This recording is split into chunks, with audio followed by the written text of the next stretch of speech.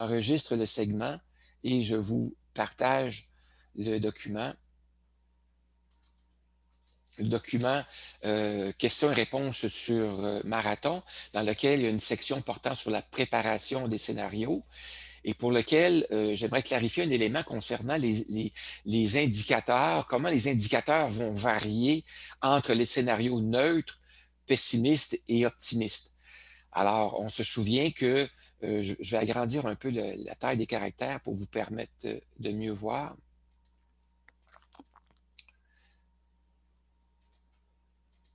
Je m'excuse, j'ai un élément là qui m'empêche de vous agrandir. Voilà.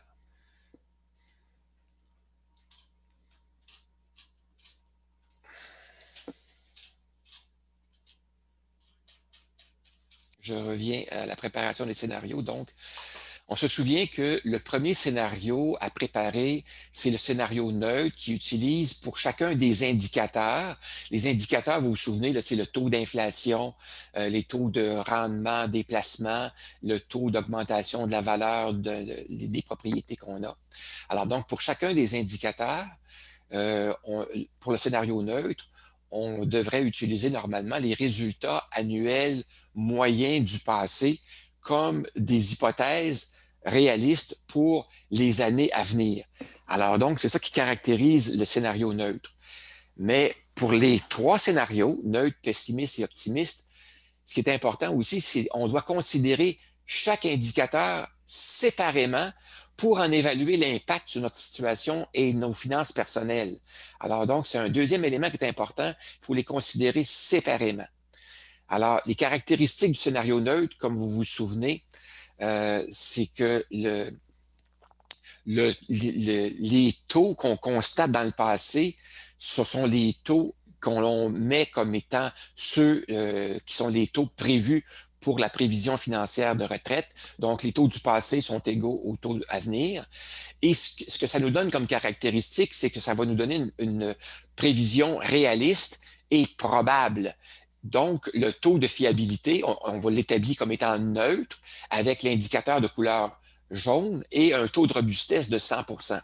Et par comparaison, le scénario pessimiste, lui, les taux qu'on va considérer, les taux à venir, ils sont moins avantageux que les taux du passé, ce qui va faire en sorte que la situation financière va être plus difficile, plus contraignante et que ça va imposer des restrictions à notre planification et à notre mode de vie.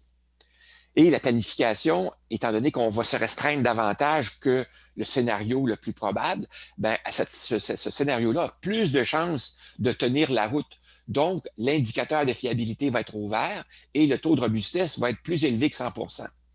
Dans le cas du scénario optimiste, pardon, les taux d'augmentation, taux d'inflation, de rendement de déplacement à venir, ils sont plus avantageux que ceux du passé. Donc, s'ils sont plus avantageux pour nous, la situation financière va être plus facile, moins contraignante. En conséquence, on va pouvoir se permettre de réaliser plus de projets. Et la planification financière a moins de chances de tenir la route parce qu'on va peut-être commettre des excès qui ne se réaliseront peut-être pas. Là. Les prévisions, étant donné qu'elles sont trop pessimistes, ça se peut que ça ne se réalise pas. Donc, l'indicateur de fiabilité va être de couleur rouge et le taux de robustesse inférieur à 100%.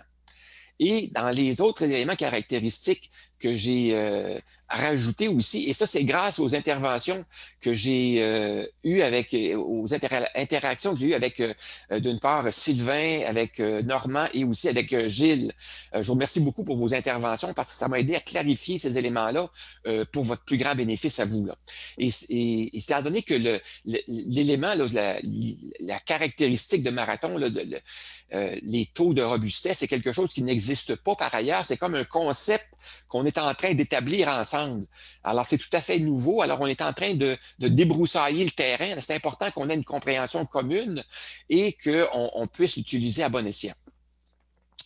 Donc, plus le niveau de robustesse, le pourcentage de robustesse s'écarte de 100%, moins le scénario est probable. Et les écarts extrêmes de robustesse en plus ou en moins, sont à éviter car ils créent une pression indue qui peuvent nous encourager à des excès, soit dans un sens, soit dans l'autre, soit en nous restreignant de façon trop importante, donc la rigueur et l'austérité, ou encore en nous donnant des libertés de donner libre accès à plusieurs projets non essentiels qui peuvent qu'on peut regretter plus tard. Alors, c'est un peu le principe de la cigale et de la fourmi là-dedans. Et j'ai trouvé une analogie qui est intéressante que je vous partage avec le secteur de l'environnement. Alors, par comparaison avec le secteur de l'environnement en milieu urbain, près des cours d'eau, on dresse des cartes des zones inondables et on relève la fréquence passée des inondations et on dresse la carte des zones de débordement. On établit ensuite la probabilité d'inondation future pour les périodes de 10, 25 et 100 ans. Dans notre cas, la moyenne du passé pourrait être comparée au lit d'un cours d'eau, son lit habituel, les taux moyens du passé, et les pourcentages d'augmentation annuelle dans le passé, ça pourrait être comparé aux zones de débordement du passé. La fréquence et la probabilité des écarts importants par rapport à la moyenne pourraient être comparés aux prévisions de zones de débordement de 10, 25 et 100 ans. Alors, plus on s'éloigne de la tendance centrale, donc la moyenne du passé, moins la fréquence est grande, 10 ans, 15 ans, 25 ans, et plus la probabilité est faible que ça se réalise, plus on s'éloigne.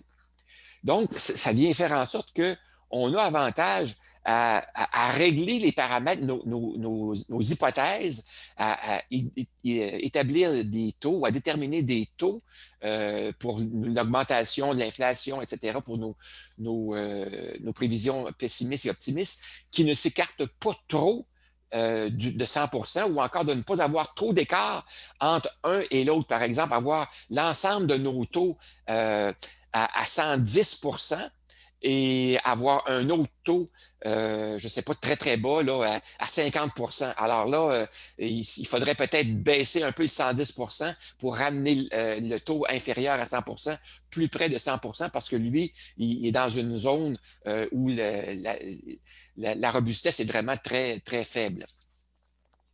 Alors voilà. Maintenant, ce qu'il faut, comme je vous disais, il faut considérer chaque indicateur de façon séparée.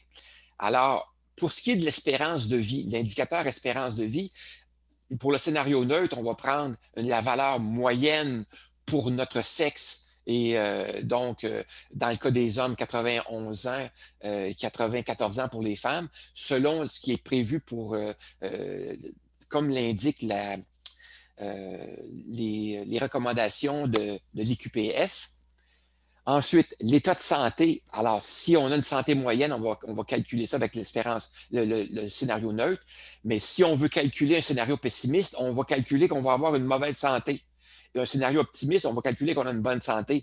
Mais si on a une bonne santé, on va vivre plus longtemps. Donc, ça a une incidence sur la longévité. Alors, vous voyez là qu'il y a un impact en utilisant un élément d'un côté, ça peut avoir un effet sur un autre indicateur de l'autre côté. Donc, il faut balancer tout ça dans nos scénarios. Alors, si moi, par exemple, je faisais un scénario optimiste neutre, j'établirais mon espérance de vie à 91 ans, mais si je veux faire un scénario optimiste, mon espérance de vie, il faudrait que je la calcule à 95 ans, par exemple. Vous voyez? Alors, c'est ça. Mais si je calcule ça neutre, bien, ça va me donner une espérance de vie allongée.